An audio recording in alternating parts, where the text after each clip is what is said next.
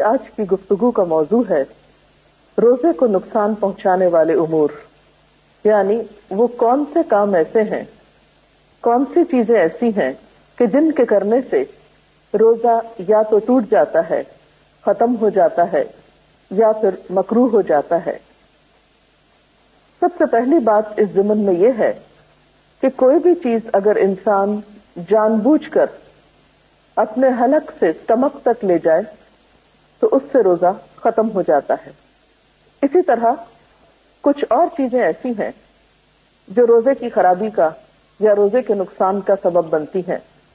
ان میں مثلا کان اور ناک میں اس طرح دوا ڈالنا کہ اس کا اثر حلق سے نیچے تک چلا جائے، یا وہ دوا کان اور ناک کے راستے سے حلق کو پار کرتی ہوئی معدے تک پہنچ جائے، یعنی ایک چیز آپ نے کھائی نہیں لیکن ناک کے راستے وہ وہی عمل کر رہی ہے جو منہ کے راستے کوئی چیز معدے میں داخل کرنے سے ہوتی ہے۔ لیکن اگر کوئی دوا حلق تک نہیں پہنچتی، یا کوئی چیز آپ کان میں ڈالتے ہیں اور وہ حلق تک نہیں جاتی یا حلق سے معدے تک نہیں جاتی، تو اس میں حرج نہیں ہے۔ حضرت حسن رضی اللہ تعالیٰ عنہ فرماتے ہیں روزہ دار کے لیے ناک میں دوا ڈال لینے میں حرج نہیں اگر وہ حلق تک نہ پہنچے، یعنی بعض دوائیں تھک ہوتی ہیں یا صرف ظاہری حصے پر لگائی جاتی ہیں یا شروع کے حصے میں ہی لگائی جاتی ہیں، تو اس سے روزے کو نقصان نہیں ہوتا۔ اسی طرح اگر کوئی شخص جان بوجھ کر قے کرتا ہے، مثلا حلق میں انگلی ڈال کر یا کوئی چیز ڈال کر، تو اس سے بھی روزہ ختم ہو جاتا ہے۔ حضرت ابو ہریرہ رضی اللہ تعالی عنہ سے روایت ہے کہ رسول اللہ صلی اللہ علیہ وسلم نے فرمایا جس روزہ دار کو خود بخود قے آئے اس پر قضا نہیں ہے، البتہ جو روزہ دار قصدن قے لائے یعنی جان بوجھ کر قے لائے وہ قضا روزے رکھے۔ اسی طرح کلی کرتے ہوئے اگر حلق میں پانی چلا جاتا ہے اور حلق سے اندر چلا جاتا ہے تو اس سے بھی روزہ ٹوٹ جاتا ہے۔ حضرت لقیط بن صبرہ سے روایت ہے کہ میں نے کہا یا رسول اللہ صلی اللہ علیہ وسلم وضو کے بارے میں مجھے کچھ بتائیے۔ آپ نے فرمایا وضو پورا کرو، انگلیوں کے درمیان خلال کرو اور ناک میں اچھی طرح پانی ڈالو، لیکن اگر روزہ ہو تو پھر ایسا نہ کرو کیونکہ اس میں اندیشہ یہ ہے کہ پانی حلق سے معدے میں پہنچ جائے گا۔ اسی طرح کوئی ایسی چیز انسان نگل لے جو عادتاً کھائی تو نہیں جاتی لیکن نگل کر معدے تک پہنچ جاتی ہے تو اس سے بھی روزہ ٹوٹ جاتا ہے۔ مثلا کسی قسم کی کوئی لکڑی یا لوہے کا کوئی ٹکڑا یا کوئی کچا دانا وغیرہ، یعنی وہ چیزیں جو عام طور پر کھانے کے لیے استعمال نہیں ہوتی لیکن انسان ان کو حلق تک لے جاتا ہے اور وہاں سے معدے تک وہ پہنچ جاتی ہیں، تو ایسی چیزیں بھی روزے کو فاسد کر دیتی۔ اسی طرح بعض اوقات انسان اگر بھول کر کچھ کھا پی لیتا ہے اور وہ پھر یہ سمجھے کہ اب روزہ تو ختم ہی ہو گیا اور پھر جان بوجھ کے کچھ ساتھ شامل کر لے تو اس سے بھی روزہ ٹوٹ جاتا ہے۔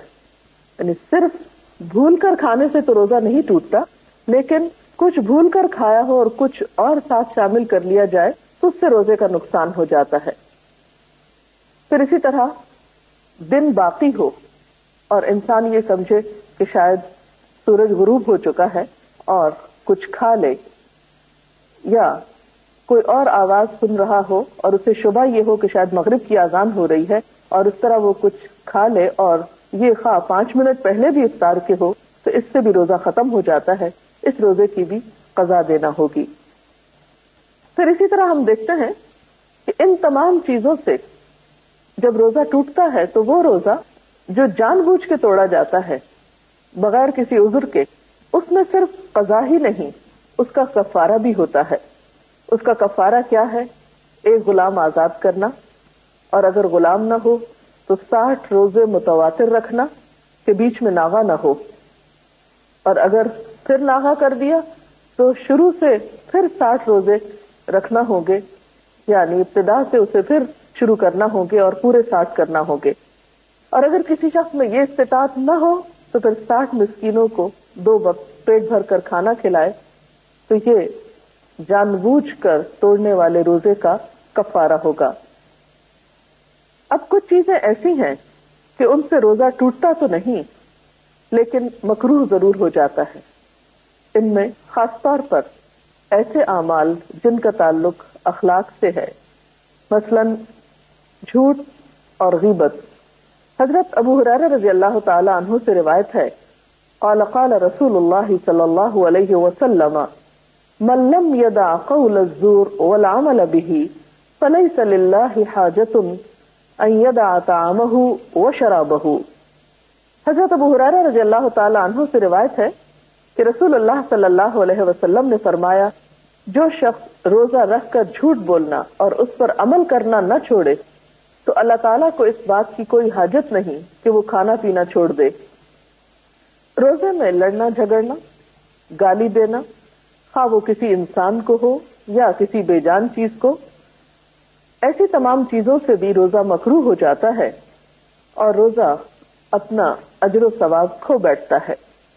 اس سلسلے میں حضرت ابو ہریرہ ہی کی روایت ہے، عن ابی ہریرہ قال قال رسول اللہ صلی اللہ علیہ وسلم لیس الصیام من الاکل والشرب انما الصیام من اللغو والرفث فان سابک احد او جہل علیک فلتقل انی صائم انی صائم. حضرت ابو ہریرہ رضی اللہ تعالی عنہ کہتے ہیں کہ رسول اللہ صلی اللہ علیہ وسلم نے فرمایا، روزہ کھانے پینے سے رکنے کا نام نہیں بلکہ بےہودہ اور فحش کاموں سے رکنے کا نام ہے. یعنی روزے کی اصل روح صرف کھانے پینے کا پرہیز نہیں بلکہ بےہودہ گفتگو سے پرہیز ہے، غلط کاموں سے بچنا ہے.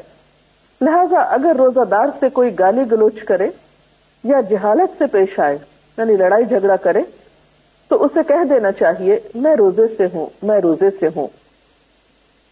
اگرچہ اس بات کا اہتمام رمضان میں بطور خاص کرنا چاہیے، لیکن عام دنوں میں بھی اہل ایمان کی صفت قرآن پاک میں جو بتائی گئی ہے وہ کیا ہے کہ وَإِذَا خَاطَبَهُمُ الْجَاهِلُونَ قَالُوا سَلَامًا، کہ جب کچھ لوگ ان سے جہالت برتتے ہیں، جاہل ان سے کلام کرتے ہیں تو وہ کہہ دیتے ہیں سلام ہو تم پر. تو اس سے پتہ چلتا ہے کہ روزے میں اصل تربیت جس چیز کی مقصود ہے وہ انسان کا اخلاق اور کردار ہے، اور جہاں تک کھانے پینے کے چھڑانے کا تعلق ہے تو اس سے بھی اصل غرض یہی ہے کہ انسان کو ایک تربیت دی جا سکے.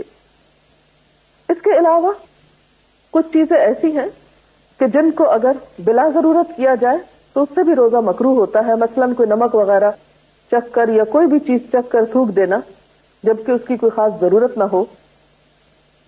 اس کے ساتھ ہی مناسب معلوم ہوتا ہے کہ کچھ ایسی چیزوں کا بھی ذکر کر دیا جائے کہ جن سے نہ تو روزہ ٹوٹتا ہے اور نہ ہی مکروہ ہوتا ہے، لیکن عام طور پر لوگوں کے دل میں بار بار سوال اٹھتے ہیں کہ کیا ہمارا یہ عمل درست ہے.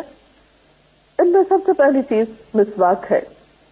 مسواک کرنے سے روزہ ٹوٹتا بھی نہیں اور مکروہ بھی نہیں ہوتا. ایک حدیث میں آتا ہے، عن عامر ابن ربیعہ قال رأيت النبي صلى الله عليه وسلم يستاك وهو صائم ما لا احصي او اعد. حضرت عامر بن ربیعہ کہتے ہیں میں نے نبی صلی اللہ علیہ وسلم کو روزے کی حالت میں اتنی مرتبہ مسواک کرتے دیکھا کہ گن نہیں سکتا. اس سے ایک اور خاص بات یہ پتہ چلتی ہے کہ روزے کی حالت میں بطور خاص اپنے منہ کی صفائی کا دھیان رکھنا چاہیے، کیونکہ روزے سے منہ میں ایک خاص بسام پیدا ہوتی ہے جو بعض اوقات دوسروں کے لیے تکلیف کا سبب ہو سکتی ہے. اسی لیے ہم دیکھتے ہیں کہ نبی صلی اللہ علیہ وسلم عام دنوں میں بھی مسواک کا بہت اہتمام کرتے لیکن روزے میں بطور خاص. اسی طرح آنکھوں میں سرما ڈالنے سے یا سر میں تیل لگانے سے بھی روزے پہ کچھ اثر نہیں پڑتا.